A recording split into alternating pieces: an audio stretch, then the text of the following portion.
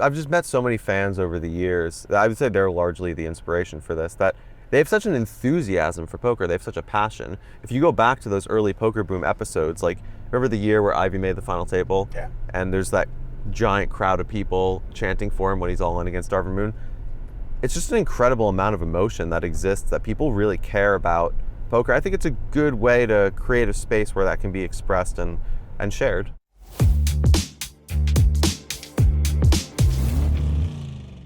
Today on 8-8 Ride, we have the one and only Andrew Lichtenberger, aka LuckyChewy, World Series of Poker bracelet winner, author, owner of Pet Doves. Yeah. I need to know more about that. What do you want to know? I mean, I want to know more about that, but let's get into the poker first, okay? Okay. The last 3 years for you almost feel like a resurgence in a weird way. I know you never left poker, but you and I go way back. Yeah. I remember commentating on you back in like 2008, 2009, and you know, doubles poker. Yeah. Some of those like crazy old poker shows. My first year in Vegas. Yeah, wow, okay. And then I don't want to say, like I said, you left poker, but we didn't hear as much about you. And obviously the poker players all knew about you. And the last 3 years, you have been on fire. Yeah, it's been good. And what I'm curious about is, what do you attribute to that recent success? Yeah, I mean, I did have a lot of success back in the day, like pre-Black Friday. I think I kind of climbed the mountaintop in poker, at least as far as like online success went. I was playing the biggest games online and doing well in the tournaments. And then around 2016, 2017, 2018, I had made some kind of dubious investments, spent some time in this, business world, and just didn't really work out very well. So I played a little bit less poker. I still did have some okay results, but then I sort of devoted myself to the game during COVID. Okay. Like when you say redevoted, in what way?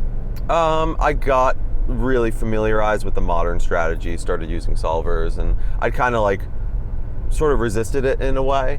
I had some early experiences with them where it just didn't lead me to feel that excited to pursue them. But as I saw how much better people were getting, and then I kind of saw another angle of it where maybe I'd attributed too much negativity to them. I didn't want to feel like my creativity was being stifled at the table, But then I was able to, open my mind and learn a lot. And that was very fruitful. And I think that kind of, in large part led to the successes I've had in recent times. So are you at the point of your career where you're saying like GTO is more important, or the technical side of poker is more important than the intuitive aspects? No. Okay. But I do think that there was a lot to be gained from just familiarizing myself with modern strategies. And then it was only once I learned what was available, I was able to kind of coalesce the two of them. You've always kind of been that, like, what's your gut instinct? Trust that intuition. There's something there. And I still am that, for sure. And you, okay, so yeah. That's what I was going to say. I mean, because it feels like the trust your gut instinct, your intuition is important. It's telling you something that's valuable. Kind of is in stark contrast to what solvers and GTO would say. You can see it that way, but it's just, to me, it's how you implement those ideas. So like having more kind of structure to your game, understanding like these are the spots where you typically don't want to bet very big. These are the spots where you do want to bet very big. These are the types of hands that make sense for this action. I think it just gives your intuition more ability to kind of flow into the process. I see how it can seem like it's antithetical to using intuition and instinct. By the way, that is the most impressive word that we have ever had on 8-8 Ride. Right there. That's it right there. I just want to drop the mic, and this is it. This might be the last 8-8 Ride ever. Amazing. We're all waiting for that one moment. Seriously, I was waiting for that. That was it. I mean, listen, you're an author. I expect a lot from you. We have had some may I say, very philosophical, eccentric people on our show. Oh, Dylan Weissman. Shout out to my man Dylan. He was amazing. Love Dylan. And when I think of Dylan, I think of you, and from And we're poker, good friends. Yeah.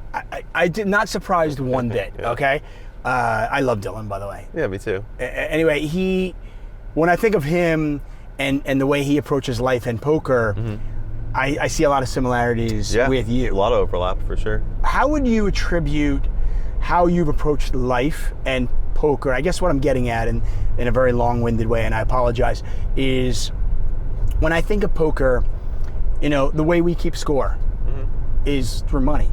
And it feels like a very selfish, very materialistic game in the sense that, we're keeping score with money. And how have you been able to navigate that with what you kind of stand for in life? Because they seem kind of opposed in many ways. Does that make sense? I just read something, you went rock climbing and you're working with a team, and obviously you've done these business ventures, Octopi Poker, and we'll get to that in a second, where you're working with a team. But in many ways, poker is about you. It's just you, it's every man, woman for themselves. And the way we keep score is in a very materialistic way, which seems very opposed to what you stand for as a person. I get where you're coming from with that. That's one aspect of it. And maybe this in some ways relates to how I had sort of previously seen solvers. And I guess my perspective has since changed in that respect as well. What I would say in response to that, I guess, is that there's a reality to poker and there's a reality to life. And if you play well and you make good decisions over a long time frame, you win. And yes, you can use money to be materialistic, but you can also just see it as a reflection of in a way, like how clearly you're seeing what's happening, how fluently you can make decisions on the fly, and embrace that sort of dynamism that poker has to it. For you, I know you wrote the book Yoga Poker, and it's a venture to freedom, right? I'm butchering. A high stakes journey to freedom. A high stakes journey to freedom. A little bit of marketing there, right? Yeah, there's some truth to it as well. No, yeah, but I've always felt like for some poker players out there, it feels like poker is a means to an end, where I'm playing a game and it gives me the freedom to do things I want to do. Is that the case for you?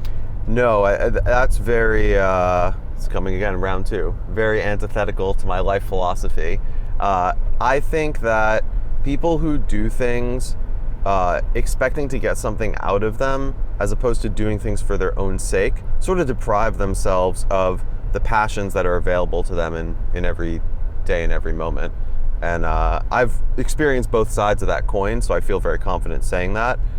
But yeah, I think it's a flawed philosophy to pursue things to try and get somewhere else. Like, just do the thing, use your imagination, creativity, find a way to just do the thing you want to do now, instead of trying to get something out of this thing that you're not enjoying to eventually do the thing you do want to do. Right, the equivalent of working that awful 9-to-5 job that you absolutely hate to make enough money so that, hey, don't worry, when I retire, I am going to see the world. Right. Type thing, that attitude. So it's not just, so you're not playing poker just to have the freedom to do what you want. You genuinely love the game. Yeah, and that's ebbed and flowed over the years. I mean, part of the reason I pursued business in a variety of ways is because at this point in my life, I've played poker for 20 years. I do love the game. I will continue to play it, and there's a lot to be said for poker as an experience. It teaches me about myself all the time, no matter how many hands or hours I've logged. But yeah, I mean, there's a certain variety that new experiences offer in life, and I'm just, kind of excited to pursue those. Business is like a more high stakes game, I like playing high stakes. Right. and listen, I mean, there are a few people out there, in my opinion, that are more interesting than you. I mean, whether it's rock climbing or pet doves or apparently violin now and guitar. Yeah, I took violin lessons for a few years. I started in 2018. And wait, you started, this isn't something your mom made you do? I did play as a kid for a little while, but I didn't develop much ability that, especially nothing that lasted into adulthood. Did you hate it because your mom made you do it? I didn't like getting up so early to play. How early do you have to get up? Oh, because she wanted to do it before school. Yeah. Right. So whatever it was an hour earlier. I got you. Okay, that can create a hate for it. Be like, no matter what you're waking up for. Yeah, I just was underslept as a kid, so I was always a night owl. My dad worked nights. What did your dad do? He owned a machine shop. What kind of machine shop? He'd be able to give you a better answer, but the gist of it is he would create various types of metal pieces that go into all different types of things that we use on a daily basis. I always find it interesting. I ask my kids, I go, do you know what I do? You know, like, because I feel like a lot of kids, they grow up their whole lives and they're like, if you ask them, like, what does your dad do? I don't know. Really? I think a lot of people I don't think they know. Huh. I mean, there's cut and dry ones like, oh, my dad's a teacher. Right. My dad is a fireman. Right. But for the people who like, yeah, my dad has a machine shop. What does that mean? I don't really know. He just gets up and goes and does things with metal and I come home. I'm not saying you don't. I'm just saying I feel like that's the norm in many ways. Fair enough. You know? Yeah. Like my kids know I talk. Yeah. Professional talker. Right. And once in a while I do it from home and they can hear me and they're like, I don't know. Yeah. I hear you saying hello, and welcome a lot. So I'm like, yep, that's me. That's all I do. That's great. What was the impetus for starting violin again, or you're just like, hey, why not? Yeah, so it was around the time that I was sort of coming out of that slump. It's all very interconnected. Like this like experience I had initially with solvers, where I was sort of like opposed to them. I felt like it was limiting my creativity. I felt like poker as a game was sort of becoming more. It was just becoming less creative by my estimation. I've always been a creative person. If I never found poker, I probably would have done like graphic design. So I just wanted to pursue other creative acts that would allow me to express myself in ways that I felt maybe was either inappropriate in poker or just not plausible or feasible. So that was kind of the main impetus. Okay. Yeah. Just keep the creative juices flowing. Yeah. And by the way, I totally get kind of resisting GTO, solvers, and stuff like that, because I guess part of it is it's almost like the older generation, like, in a weird way, criticizing the newer generation's music. Whatever's new. And I certainly can look at it and go, well, this is going to stifle my creativity. I don't want it to be robotic. I did not get into poker so I could play chess. That kind of attitude. Yeah. No, you're absolutely right. I mean, that's a big part of it. Right, and for somebody who, for me especially, grew up more as a live player, I can certainly understand why it's like, sometimes I just know he doesn't have it. Right, and you have to always trust that. And that's where the two can be at odds with one another if you just ignore that. If you start to ignore reality and just focus on this theoretical construct, to me that can be quite detrimental. Yeah, I've actually found in my own game, there have been instances where I've been kind of, like you said, coalescing the two, and there have been situations where I'm like, I just know he has it, but in my mind I'm going, but I'm too high in my range. If I'm folding this, I'm exploitable. Yeah, no, and I find that I'm making these calls and I'm like, no, he had it. I knew he fucking had it. Yeah. What did I do? Yeah. Right. Yeah, I mean, I think you have to trust that first and foremost, because you played enough hands of poker. You're not fooling yourself. Yeah. And there's sometimes you ever find yourself at the table where you're sometimes trying to figure out a way, and I imagine maybe this is easy for you, where you find yourself like, okay, how can I get rid of the biases, whether it be negative or positive, and really open my mind so that I can let the intuitive juices just kind of flow in a weird way? Yeah. So you can kind of just be open to, okay, what am I seeing here? Totally. How do you do that?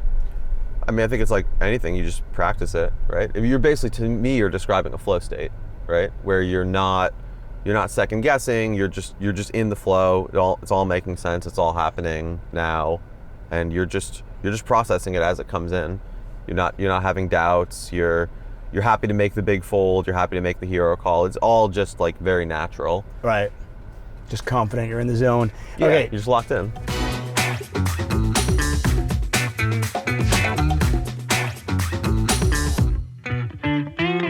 I want to talk about the failed business ventures. Yeah. What were they? What happened? So one of them was like a bamboo, organic bamboo and organic cotton, like yoga clothing company. I just had bad partners. Right. Well, I had one bad partner, I'll say. The manufacturer is actually great. Tried to start an online poker site in India. Tried to open like a holistic healing center in Austin, Texas. Yeah, the online poker site thing is hard. I've talked to Phil Galfond about that. Apparently it's difficult. Yeah.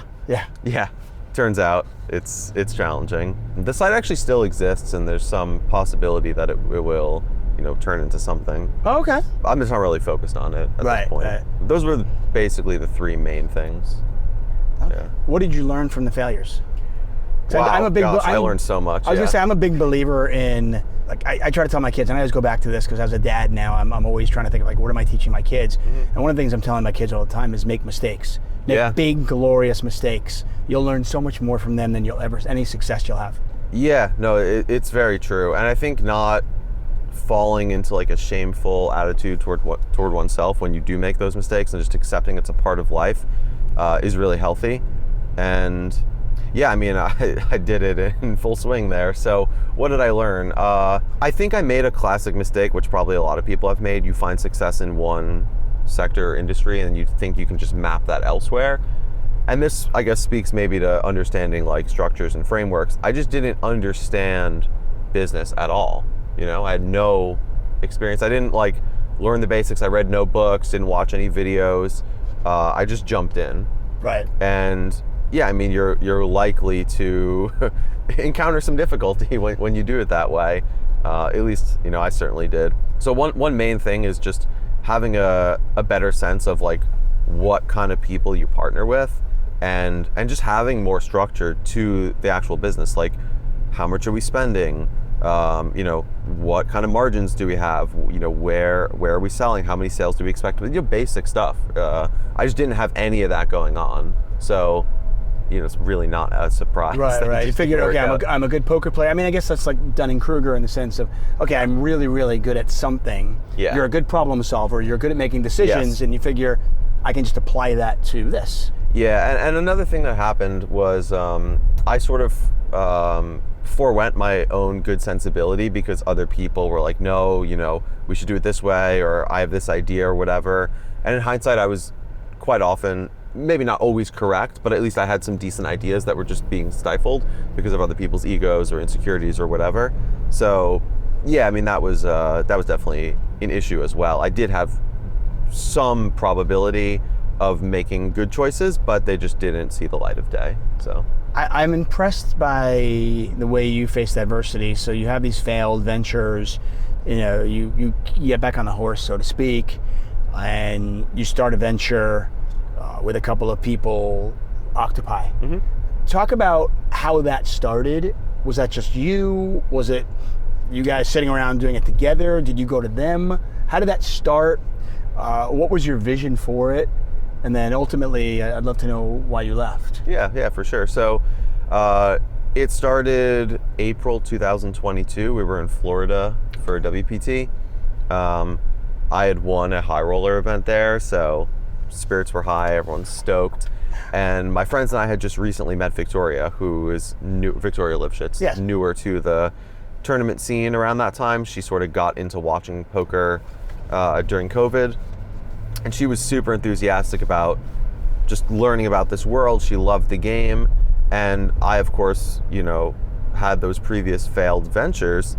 And I was like, well, this lady is like a business mogul. I mean, she IPO'd this giant cloud computing company, and it's just, a savant in this sector. So I asked, at one point she asked me, like, will you like work with me, teach me poker, this and that. I'm like, yeah, I mean, do you want to teach me business? Like, we can barter. And then she came up with the idea, like, well, why don't we, start a company? And I was like, all right, well, seems like a great opportunity. I'm certainly game for this. So I guess was there an idea what the company would be at this point? Or it was just like, no, yeah, I want to work with, you want to learn poker, I want to learn this, let's do it together. Yeah. No, she had the idea. So one of the things I had asked her previously is I was using all these tools at the time, the free market solving poker tools. And I was like, can you make these go faster? Like, can you just make them more efficient? Because you know how to use the cloud, and you have this ability. And that was kind of what led into the discussion about, well, we can maybe just build our own platform. Maybe there's a business here. So we discussed that, and then I mean, she kind of took the reins on it all. And I think one of the challenges that we faced sort of on a creative level is that she's more experienced than me. And on paper, I was the CEO, but it felt like there was a lot of times where, and I know she was just doing what she felt was right for me and the investors and everybody else on the team. She wanted to do things in a way that she thought was appropriate, which is of course totally reasonable. But I felt like I'd never really got to kind of express myself or my vision or see it through in the ways that felt authentic to me. And at a certain point, I just felt like it didn't really make sense for me to stay there. Okay. It would just be in everyone's best interest if I were to leave, because I wanted it to have that sort of intuitive yogic style thing that that is part of my personal brand and that's who you are. I'm sort of known for. Exactly, yeah. She said, we'll get to this in the future, like there's certain things we have to do first, and at a certain point it just kind of didn't feel like I just sustained the day-to-day. It just became too challenging for me. Okay. Yeah. So did you leave on good terms? Any departure from a company that you start is probably challenging. I don't know that I did the absolute best job. We're on good terms now. I mean, Okay. We've had lunch together and chatted things out. I mean, it was a hard experience for me, Like, obviously I had those previous failures. There's like a bit of trauma associated with that. And I go into this, wide-eyed and sort of super excited. And I just, I want to succeed. Like, I want to provide value and I don't want to waste people's time. So it was challenging. But yeah, I mean, I think it was for the best. And I think the rest of the people on the team would agree with that. If you were describing yourself, would it be accurate for me to say, or for you to say, that you jump from project to project and have trouble committing to one for a long time? No. No, okay. I don't think that's a fair assessment. Yeah. Okay, fair. I was wondering, because when I look, I'm like, you do so many different things, and I feel like, when I'm looking through, I'm going, okay, well, he goes from this to this to this. Yeah. I mean, yet each time you're there, you're so present in that moment. Right. And, I was trying to kind of just like, I'm like, okay, and, I don't know you that well and everything, but it's just on the outside, I'm looking at it going like, are you so present and so absolutely engrossed in that one thing that you can't give it that much time? With Octopi, I mean, I was there for 2.5 years. Right. Wasn't like a flash in the pan type of thing, I really committed myself. No, and it's still there. And it is still there, yeah. Right, and obviously the names involved obviously are huge, right? Yeah. No, I mean, I don't take these projects lightly. I understand, it's money, it's people's time. Like, these are valuable assets. It's not. No, yeah. and Octopi, it's a good product. I think what you guys created is really good. I will say that when I first jumped into I was trying to okay, I want to stay on top of what's current in poker, not only as a player, but more importantly as a commentator. I go, listen, if I'm going to commentate on these players, I need to know what they're doing, at least have an idea, even if I'm not as good, obviously. And when I started venturing in and looking into solvers and stuff, I found it really, really difficult to even study. Yeah. I was like, how do I had to call friends. I still remember calling up Brian Rest, and I'm like, Brian, how do I use this software? I didn't understand. Yeah. That was hard. Yeah, understandable. And obviously it's much easier now, a few years later. So, hey, shout out to you and the others that have made it easier. Well, thank you. Although, I kind of curse you all for making it easier because the game's harder now. Yeah. Well, I mean, this is an interesting thing that poker has changed a lot over the course of the time that I've been in the poker world. I mean, you've obviously seen it just the same. The culture has shifted a lot, and the whole industry has changed. I mean, Black Friday was obviously one major aspect, but then the implementation of all of these tools and the ways in which that's sort of caused people to act or not act at the table. It was a platform for theater back in the day, Yeah. And now it's not really seen in that same way. It's more of a mind sport. And I think there's probably room for both of those. I think chess is also kind of going through maybe a similar evolution. I started his freestyle chess league, and there's interest in. Are you a chess player? Yeah, I am. How good are you? You have to be good. Of course you're good. 1600. Okay, you're not as good as I thought you'd be. Yeah. I mean, you're good. But I mean, you'd beat you beat a lot, but I'm saying you're not as smart as you are. Elite. I just assume you were Dan Smith. No. Dan has crushed me on many, many occasions. Well, yeah. I mean, he's 2100, right? Yeah. Yeah. I mean, yeah. He's like savant. Yeah. That's next level.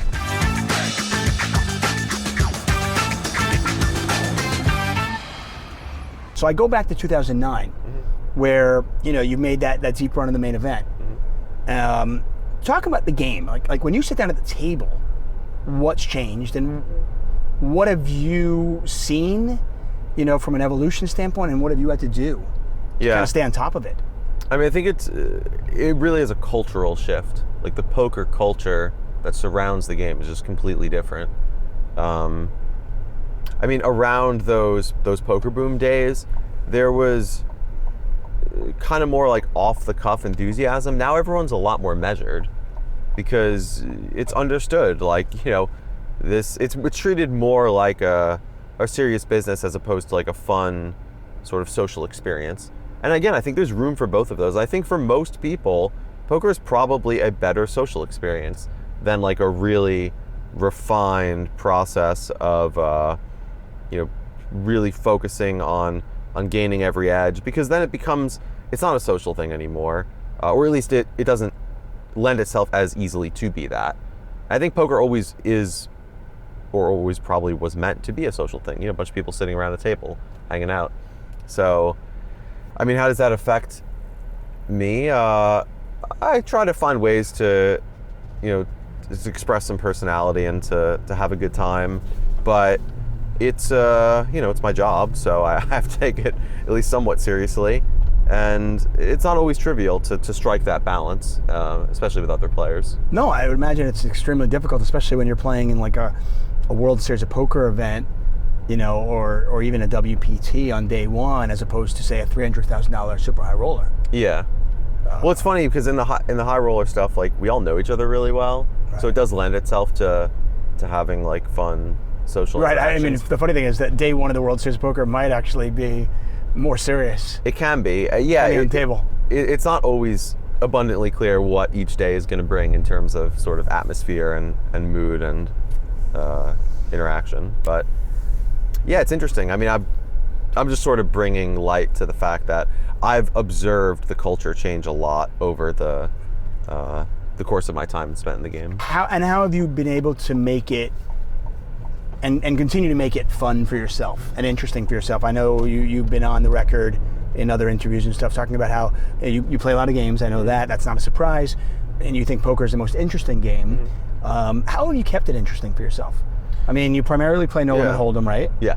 So, it's not like you play 9 different games. It's 2 cards. How do you keep it interesting for yourself? I think it's just, for me, it's about how I turn up to play, like how I stay focused, like what's going through my mind and the decisions I'm making, like what leads me to make close choices, and where I can introspect and have honesty with myself and sort of identify where I'm in or out of alignment with like accurately perceiving what's really happening. I think that's a really fun aspect for me of poker that never really gets old, is like, are you seeing clearly what's happening, or are you deluding yourself? Obviously, one of them is going to lead to success on average, and one of them isn't. The ability to look in the mirror and kind of be honest with yourself, or in this case, the metaphorical mirror. Mm-hmm. Yeah. And being able to like, okay. Which reality is. Absolutely, right? It doesn't lie. Yeah. It is a funny thing. I mean, I always kind of point out to this thing how are you perceived? Mm-hmm. How are we perceived? And there's a reality. There's probably the negative side of how I'm perceived, and the positive side, and then there's the realistic side, and then there's also how are you perceived by each and every different person. Right. Which could really vary. Yeah. There's a large degree of subjectivity, and then being able to adjust and adapt to that in the ring of poker is fascinating. Yes. At least to me. Yeah. No, it totally is. Like, you play obviously the same hand wildly differently against a myriad of opponents.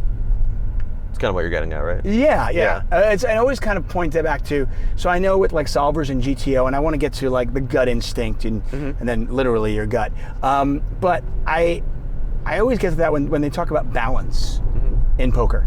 Like, well, if you do this, you're not balanced. And I guess my thought process is so many different ways against different opponents. The same exact hand, same position, but I'm playing it differently against different opponents. Doesn't that inherently create the balance, or the illusion of balance? Could argue that, yeah. Like, I may never bluff that guy there. Right, but you might not never need to. Right, exactly. But that guy sees me bluff against the other player. Right. So the illusion of balance is there. It's valid, yeah. Is there something to it? Or do you think at the end of the day, the solvers in GTO might be, you got to be balanced? No, I mean, what you're basically saying is that there's just higher returns to play hands in isolation against certain opponents in certain ways, right? Yeah, I think so. I think solvers are just calculators, basically, right? They'll confirm that to be true if you give them the proper inputs.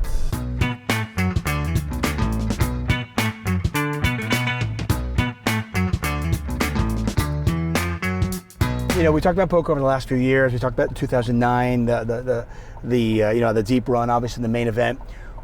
Is there something, either from a business standpoint or from a poker standpoint, that you haven't accomplished that you want to? I mean, 21 million in lifetime earnings. You've won a WPT. You've won a World Series of Poker bracelet. You know, is there something that's out there that you're like, I want to do this? In particular, not really, but the idea of business just conceptually is still appealing and intriguing to me. So, okay. I mean, is there a business venture that you have next? I mean, besides the fact that you didn't feel like you were part of the day-to-day operations of Octopi, or you need to step away from that? I was very much part of it, but I felt like on a larger scale, like creatively, there was a disparity. Okay. Yeah. That's fair. And so you stepped away from that. I was going to ask you, was there another venture in mind that also kind of contributed to you going, or have you thought about other ventures since? Yeah, no. At the time, no. But since then, yeah, I've been having a few discussions with people, and it's still quite early on. But you know, I have a love for people, and I have a love for poker. And if you look at all other industries, there are conferences that gather people together to just kind of celebrate what the industry offers. Have people give speeches and you know, all kinds of things that can, interviews and panels and whatnot. I think poker gets that a little bit during the World Series, but everyone's playing poker during that time frame. Yeah. So yeah, I'm thinking about a poker con and putting on an event where you sort of celebrate the game and bring people together.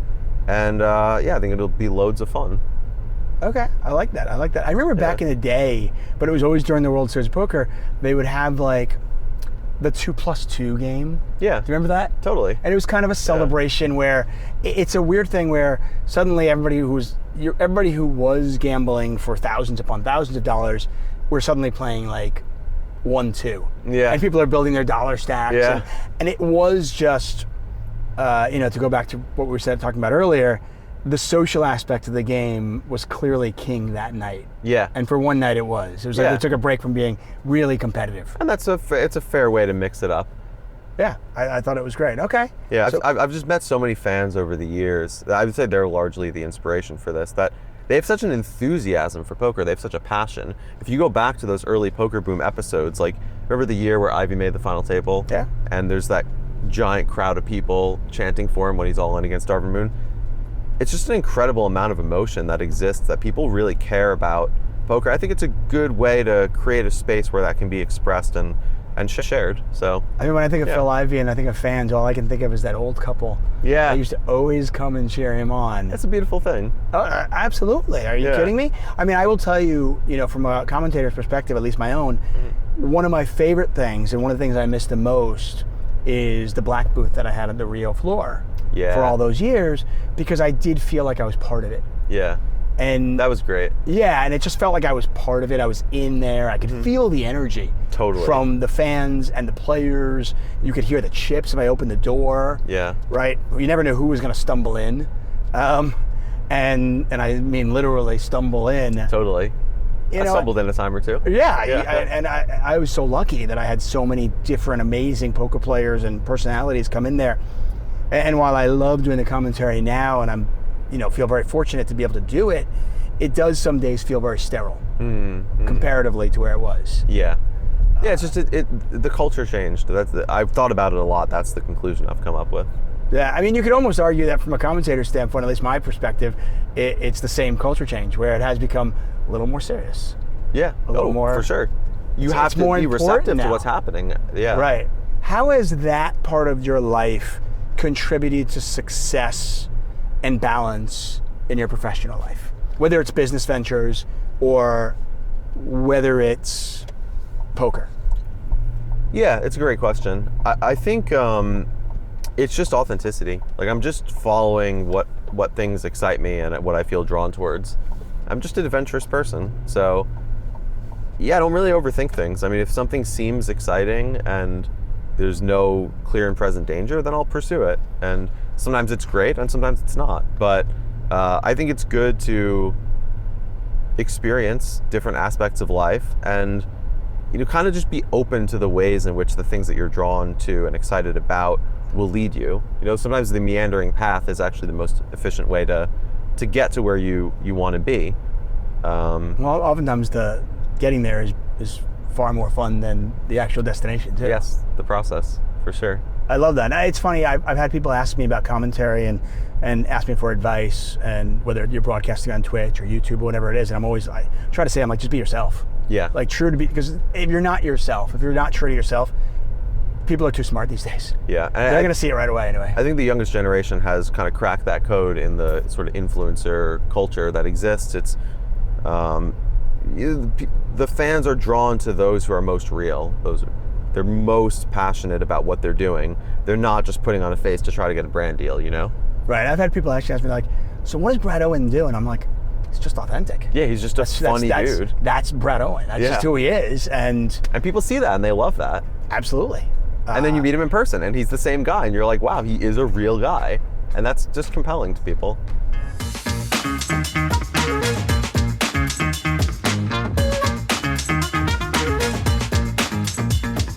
Listen, talk poker, family, all this stuff. We're just a couple minutes away from your house, and I have to tackle the topic that is on everybody's mind. Yeah. Why do you have pet doves, and what kind of doves are they? I've done some research. I wanted to know, like, I know there are different types of doves, which I didn't know. Yeah. So one is a ringneck dove and one is a Eurasian collared dove. Ringneck and Eurasian. Okay. And so at the house we were in previously, before we moved, my wife would feed the doves after sundown when the pigeons left that were out in the yard. Okay, just wild doves. Yeah. And one day one of them got sick, and long story short, he died, and she was really sad. She told one of her friends, and her friend was like, I actually know someone who has a close friend that runs a bird sanctuary in Arizona, and someone just dropped a dove off there, and maybe you want to go get a pet dove. So she asked me, and I was open to the idea. Of course you're open to the idea. Yeah, this is the thing. Your wife married the perfect person. Yeah. Like, I want a dove. Okay. Takes two. I married the perfect lady. There you go. And we drove down there, and we saw this adorable white dove. She's just an absolute angel. And then also there was another dove there we were not aware of. He's like a brown, sort of spotted male dove. And yeah, I remember I held him, my heart just melted, and they're just the sweetest little things. And I'm allergic to cats and dogs, so she wanted pets, especially while we were trying to get pregnant. It was just easier to have, like, you know, a pet in the house to be able to relate to and associate with. So I get that. Yeah, we got these sweet little birdies. And do they stay in cage? No. What does a pet dove do? Yeah, we let them fly free. They have like a certain area of the house that they mostly stay in, and they can be a little bit messy at times, but for the most part, they sort of, you know, perch on the same area and then go to the bathroom in the same spot. And yeah, I mean, they're just. Do they have cages, like where they sleep in, or no? They have cages, but we don't put them in cages. Where do they sleep? They have like an indoor sort of tree, like for birds, that they mostly sleep on. Blanca, the female dove, she built a nest, so she's usually in the nest something like 6 to 8 months a year, and she'll come out and. Wait, like in there 6 to 8 months a year? Like, doesn't move at all, or? No, she'll come out and like. Oh, okay. For the day, but then mostly just lay low. But yeah, they're amazing. I can't say enough. Do they good things recognize about you? them. Oh yeah, totally. Like when you walk home, like when you open the door, do they get excited? Yeah, yes. So Blanca and this is why she's such a sweetheart. Like, I'll come in the room, she'll hear my voice, or even sometimes just sense that I'm there, and she'll start squeaking for me. She wants affection and attention. They have a lot more personality than I expected. So I'll come in, she'll go, Do a lot of people have pet doves? probably I mean, not. I've heard like the parakeet thing. I've done, Yeah. I've heard different birds as pets. I've never heard of a pet dove. Yeah, I would guess most people don't have doves, Okay. or that many people don't have doves. Listen, Chewy, it has been amazing. Yeah, thanks, man. Another 8-8 ride in the books. 21 million in lifetime earnings, a World Series of Poker bracelet, and that does not even begin to describe who you are as a person. Thank you so much. Yeah, This has been thank you. amazing. It was Seriously, fun. getting to know you Appreciate you. well.